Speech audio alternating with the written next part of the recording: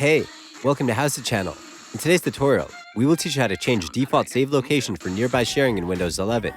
Essentially, by using Bluetooth or Wi-Fi, the nearby sharing feature in Windows 11 allows PC users to share documents, photos, links to websites, and more with nearby devices. By default, nearby sharing saves files you receive to your downloads folder on your computer. We can change the default save location for nearby sharing in Windows 11.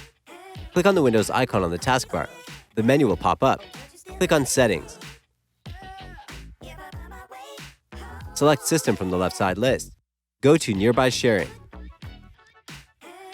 Set Nearby Sharing to My Devices Only. Go to Save Files I Received To option. Click on the Change button. A new window will open.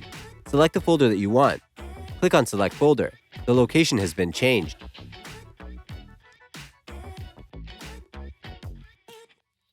That's it. Thanks for watching the video. Please like it and let us know if you used any of our tips and tricks. Subscribe to our channel. We upload new tutorials every day. See ya!